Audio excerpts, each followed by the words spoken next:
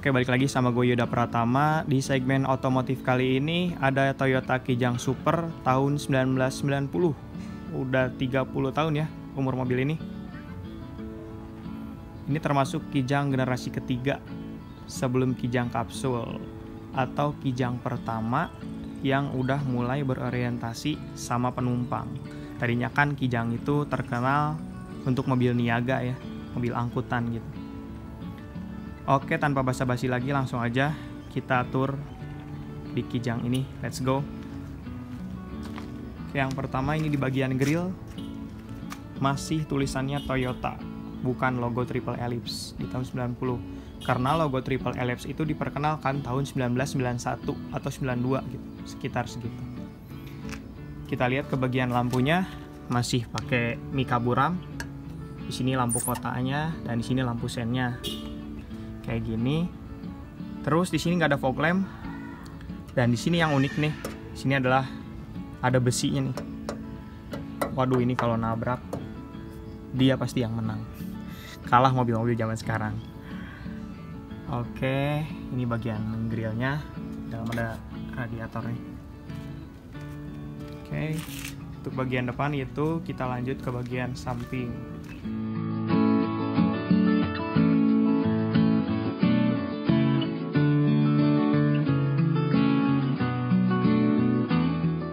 Ada emblem Kijang dan ada stripping nih yang memanjang dari depan bodi, dari lampu sampai ke bagian belakang, lampu belakang. Nah, kita lihat profil bannya dulu. Nah, jadi kalau misalkan ban originalnya itu awalnya pakai pelek kaleng, ukurannya 13 inch, tapi ini dimodifikasi nih, diganti pakai pelek biasa sih, aftermarket gini, yang ukurannya 14 inch. Terus untuk profil bannya sendiri kita lihat ini 195/70 R14 14 inch. Oke, lanjut untuk antena. Ini antena masih yang di sini ya, model tarik gini. Ini kayaknya udah nggak berfungsi ini, aduh, mobil 30 tahun. Terus ini spionnya masih biasa dan modelnya dia panjang ke atas ya. Jadi kurang lebar nih, kurang enak kalau untuk jalan-jalan gede zaman sekarang. Oke, di bagian bawah ini ada buat pijakan kakinya nih, buat naiknya biar lebih enak. Oke, nah untuk tuas pembuka pintunya masih model cungkil ya, kayak gini.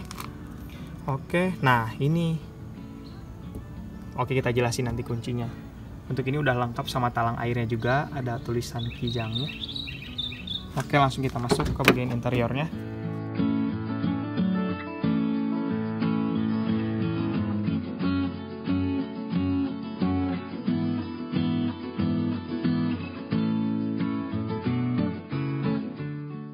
Nah, kita lihat dulu door trimnya. Nah, untuk door trim ini masih pakai ya, ini yang biasa sederhana. Terus ini tuas handle pintunya, belum kunci otomatis pastinya. Dan ini tuas pembuka kacanya masih kayak gini ya, diputer-puter. Oke, kayak gitu, sejalan ya. Sip. Lanjut kita lihat ke bagian transmisinya. Tentu aja ini transmisi manual ya.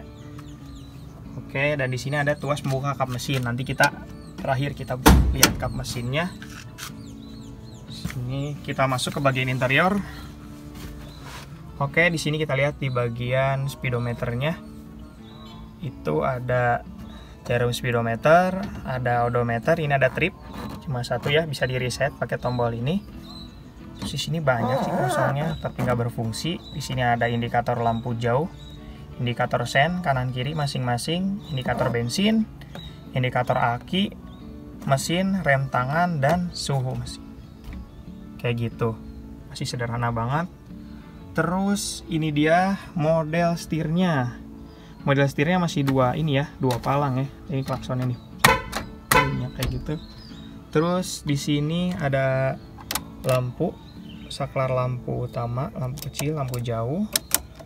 Terus di sebelah kiri ada wiper ya, cuma ada 3 setelan nih.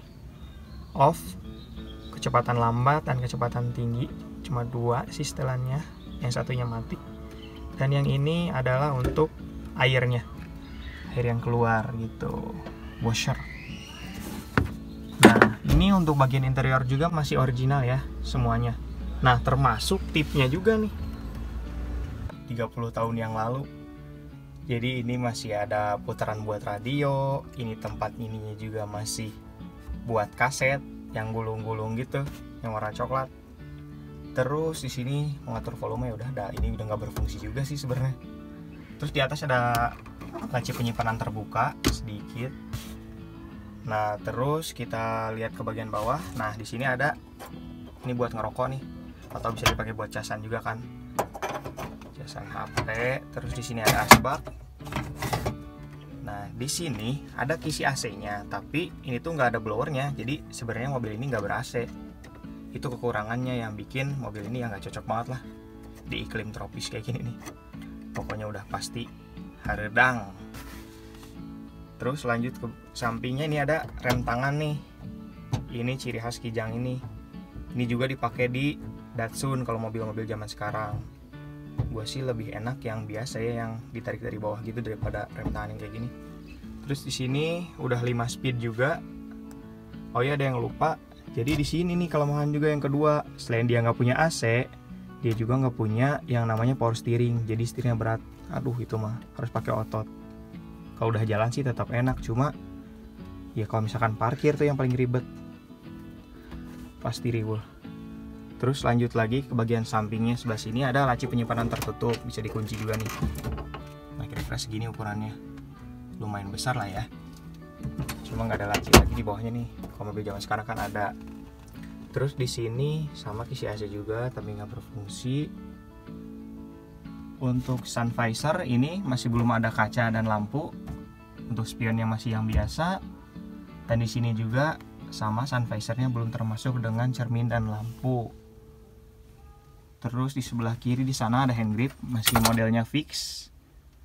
Terus nah sebelah sini nih seat beltnya ini masih belum yang auto narik gitu ke sana. Jadi ini setelannya masih harus manual nih, cukup ribet juga. Untuk ini udah lengkap sama headrest. Oh iya, untuk pengaturan jok ini yang depan nih, dia tuh nggak bisa dimaju mundurin nih. Ini nggak ada slotnya di bawah sini nih. Tapi masih bisa di reclining gitu, rebah. Sudut rebahnya nih bisa dilihat beda. Oh iya, terus untuk joknya masih asli nih. Ini rapih kebungkus ya. Nggak bisa dilihat warnanya. Ini warna aslinya, nah kayak gitu warna aslinya. Oke, untuk baris pertama udah. Kita langsung coba ke baris kedua, oke?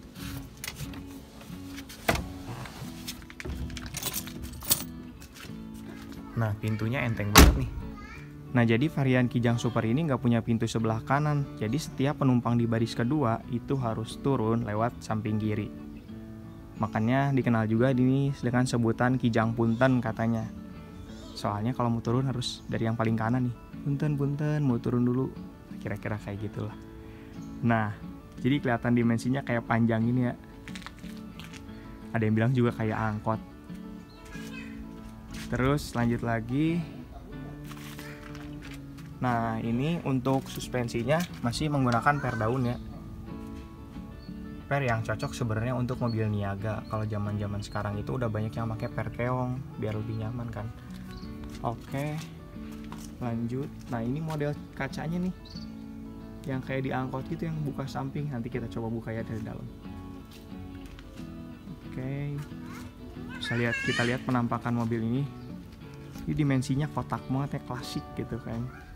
Soalnya sebenarnya desain mobil tuh kayak gitu aja sih. Kalau dari bulat terus ke kotak, habis itu kotak jadi ke bulat lagi. Ya gitulah pokoknya, nanti bakal ada zamannya dimana yang mobil ini bakal jadi kotak-kotak juga yang nanti. Dan ini bakal jadi mobil yang anti. Oke, nah ini untuk pintu belakangnya ya. Cuma segini nih, jadi nggak bisa dibuka full kayak mobil sekarang yang dibuka ke atas. Masih kayak gini. Terus kita lihat ini lampunya masih mika buram juga nih semuanya. Saya lampu mundur, lampu rem, sama di sini ada juga nih logo Superior. Nah, terus di sini, nah ini besinya juga nih sama buat pijakan naik ke mobil penumpang ini di belakangnya. Terus di sini ada emblem Toyota nih. Sorry, maksudnya bukan emblem tapi tulisan Toyota ya, masih belum. Nah, kekurangannya tadi kunci kontak sama kunci pintu buka dari luar tuh beda, sama kayak yang tadi di baris pertama ya.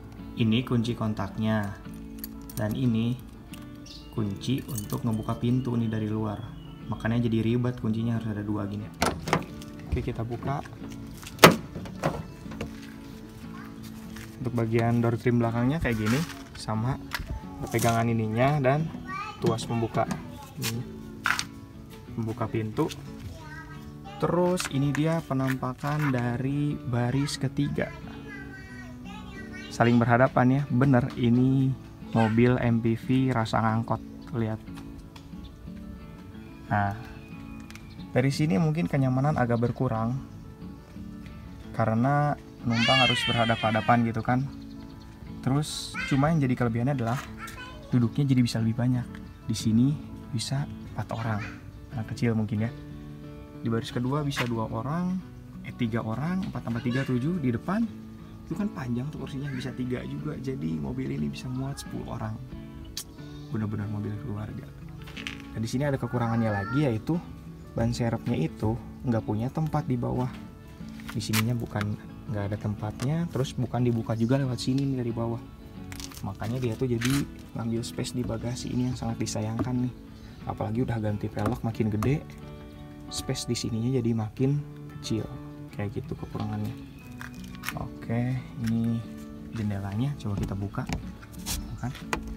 Hangat banget kan? Beuh. Oke, cukup untuk baris ketiga. Kita masuk ke baris kedua.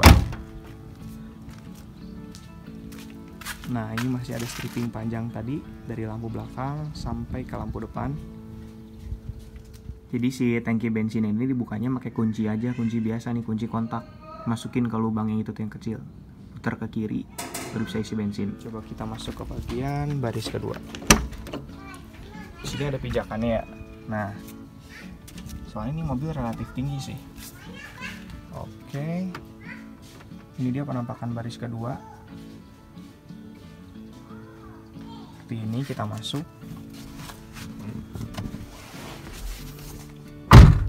Nah, sebenarnya ini tuh bukan bawaan ya. Ini custom aja kulit. Makanya dia jadi ada safe back pocketnya. Terus apalagi yang bisa kita lihat dari sini. Nah, ini dia ada lampu nih. Jadi mobilnya udah 30 tahun tapi lampunya masih nyala nih. Berarti fungsi dari kelistrikannya itu masih berfungsi. Luar biasa memang mobil 30 tahun. Nah, terus kalau misalkan kalian bisa lihat nih, plafonnya warnanya agak-agak hitam gitu. Segini tuh udah dibersihin. Jadi bahan plafon yang dipakai Kijang Super 30 tahun yang lalu itu sama dengan bahan plafon mobil-mobil sekarang, termasuk Innova Ribbon yang ada di rumah juga. Kayak gitu. Terus apa lagi? Nah, sayangnya di baris kedua ini dia nggak punya headrest nih, jadi cukup pegel kalau mau bawa bantal kecil gitu kan, kalau mau bawa pergian jauh. Nah, terus ini dia layout dashboardnya semua secara keseluruhan.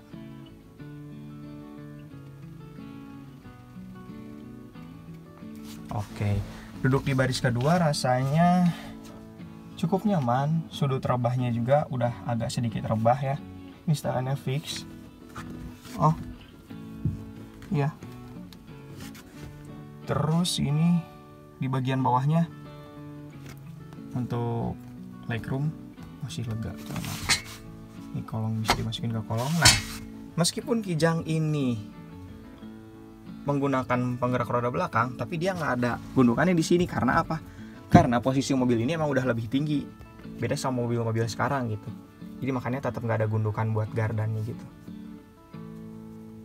Oke, lanjut kita ke baris pertama, penumpang pertama.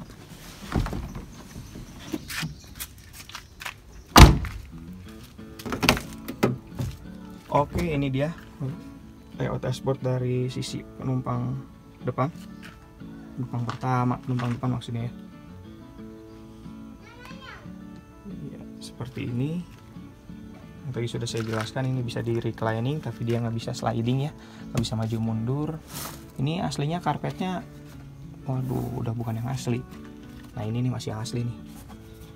Ya karpetnya udah pada rusak juga ya, maklum lah sama umur. Oke, cukup bagian interiornya. Sekarang kita ke bagian yang terakhir, yaitu bagian mesin ya.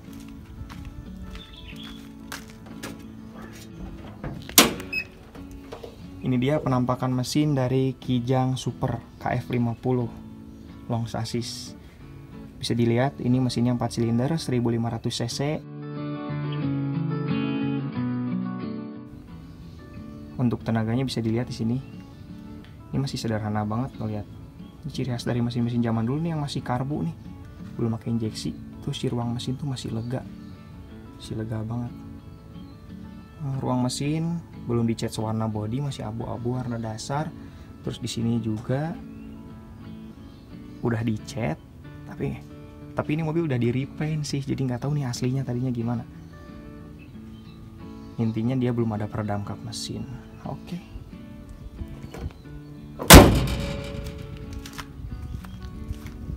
Oke, gimana? Tertarik nggak buat mobil yang umurnya udah 30 tahun nih? Udah lebih tua kayaknya daripada yang nonton, atau mungkin seumuran daripada yang nonton. Kijang ini pasti punya banyak kenangan sih bagi setiap keluarga di Indonesia. Dia emang laku banget, emang pokoknya jadi mobil yang paling legend di Indonesia. Oke, segitu dulu aja buat video hari ini. Makasih buat yang udah nonton, jangan lupa di subscribe ya, buat ikutin terus segmen otomotif selanjutnya. Kalau misalkan kalian mau share pengalaman kalian tentang menggunakan Toyota Kijang, khususnya Toyota Kijang Super ataupun Kijang-Kijang lainnya, boleh langsung aja tulis di kolom komentar. Yuda pamit, bye.